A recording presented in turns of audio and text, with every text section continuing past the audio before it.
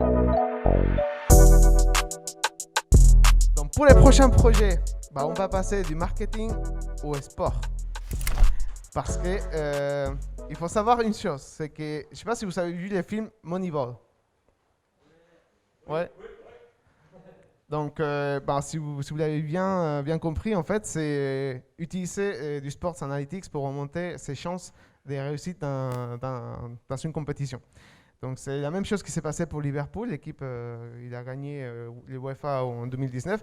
Et c'est pas un secret, ils sont dit aux journaux, c'est grâce à notre équipe data.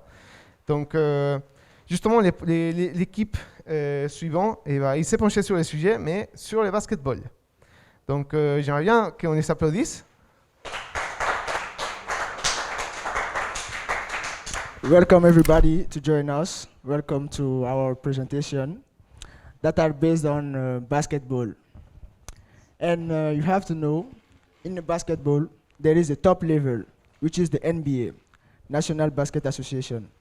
And in the NBA, there is two big events that take place each year, which are the draft and the playoff. The playoff is the tournament that takes place at the end of each season to determine the best team of the year. And the draft, which is the most important thing in connection to our project, is the period during what each manager are able to choose or to recruit new players that are named rookie. And during the draft, each manager has 5 minutes to choose one player. And the order of choosing is start from the worst team to the best team. To explain a little bit more, you're gonna travel back in 2016 drafts. And boom, here we go.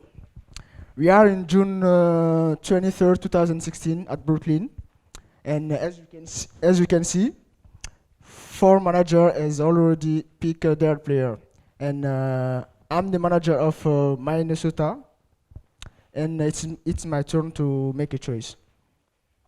Well, guys, according to my own research and the headlines of newspaper, Chris Dunn is actually the best point guard at the moment. Exactly what we need. So for me, I'm gonna go 400% for him. What do you think about it, Mike? Philippe? Well, Khalil, I have to disagree. Philippe and I, the data team, we crunched the numbers and we showed that basically Chris Dunn is a good prospect, but you have a better one, and that guy is Malcolm Brogdon. You should go for Malcolm Brogdon. Sorry, Mike, but I absolutely can't accept that. You said that Malcolm is better than my favorite player, Chris. Just like that, you have to tell me why. Well, this is why. We created a website. Basically, it's a it's a model that will help us. So it's a model that will help us basically understand which player is going to be good or not. So it's going to predict the rookie stats for each player. So here we talked about Malcolm Brogdon, and I'm going to show you why this guy is the guy we need to pick. So if I put his name here, I can select him, and his stats are going to show up. So here we have Malcolm Brogdon, and we have the NCAA stats. The NCAA stats is in college. This is what he averaged this year. This is great. But more than this, we have shooting profiles and player profiles that are also created. So, for example, the shooting profile, if we look at 2 different things, we can see the free throw percentage, for example, and the 3-point percentage. This guy is really good at it. He's a good shooter, and that's why we need this guy.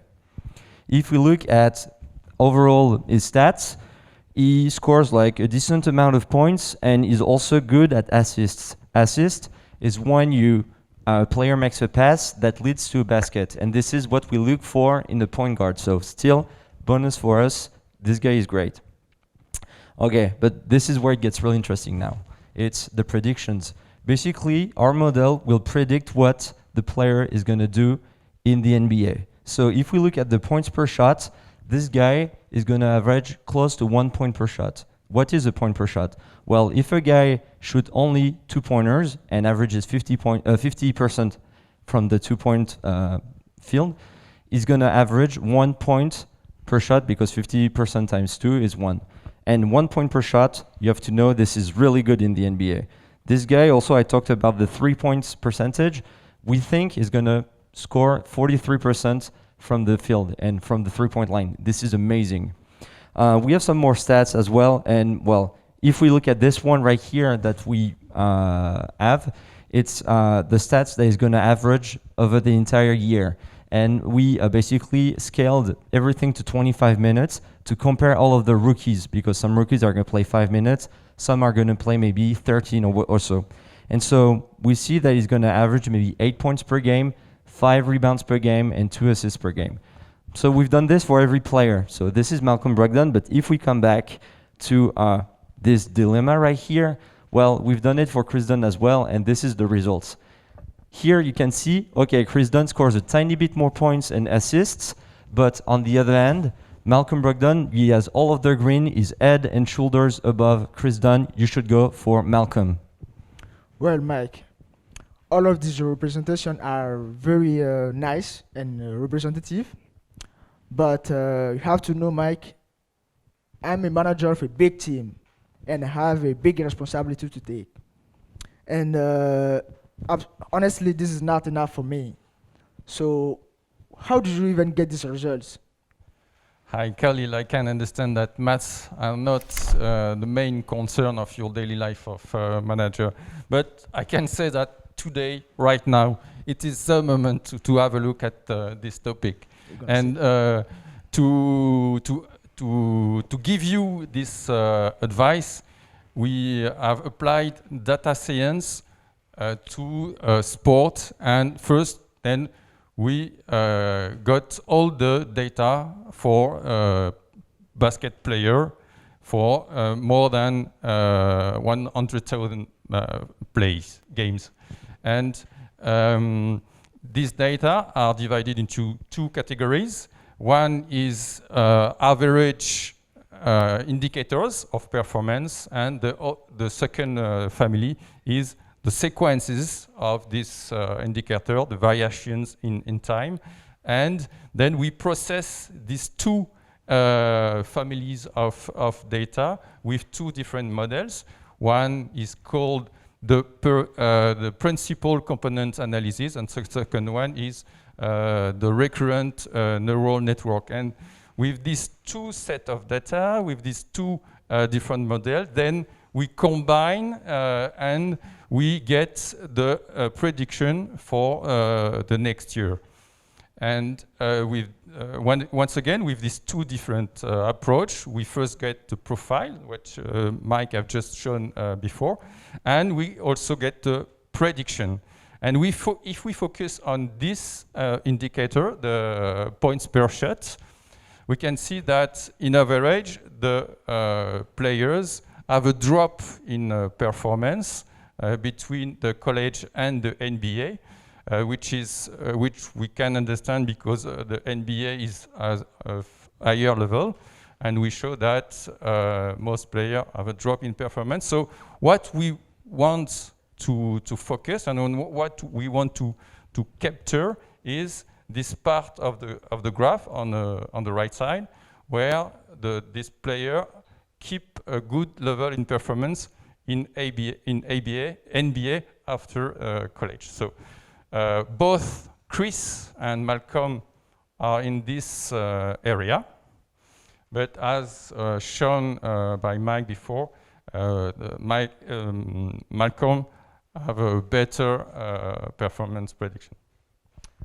Well, Mike and Philippe, I really appreciate your work, but I have to say all this stuff is a little bit complex for me. So I'm gonna, as you can see, the time is already up, and I'm gonna stick in my position.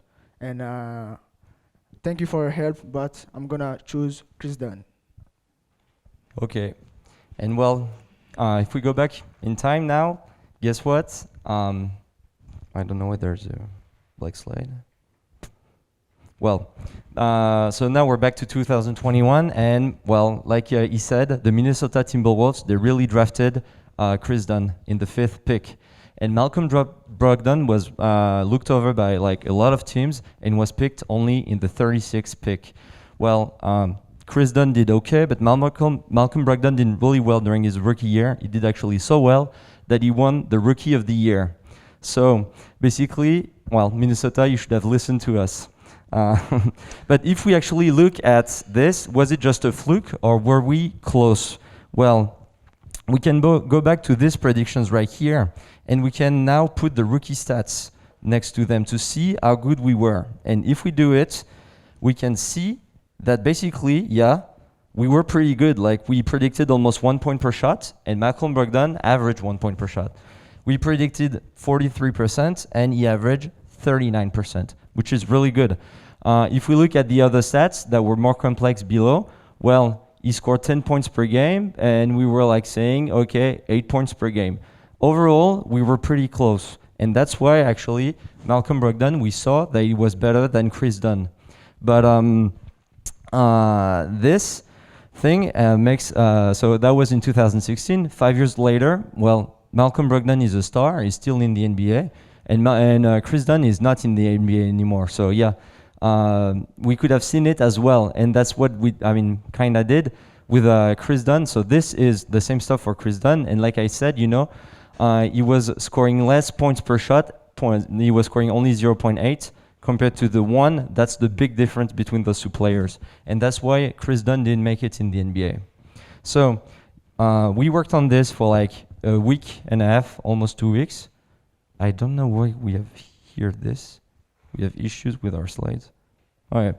So basically, we were 2 weeks on this project, and there is no, it's not like a thing that we did for fun because it's something cool.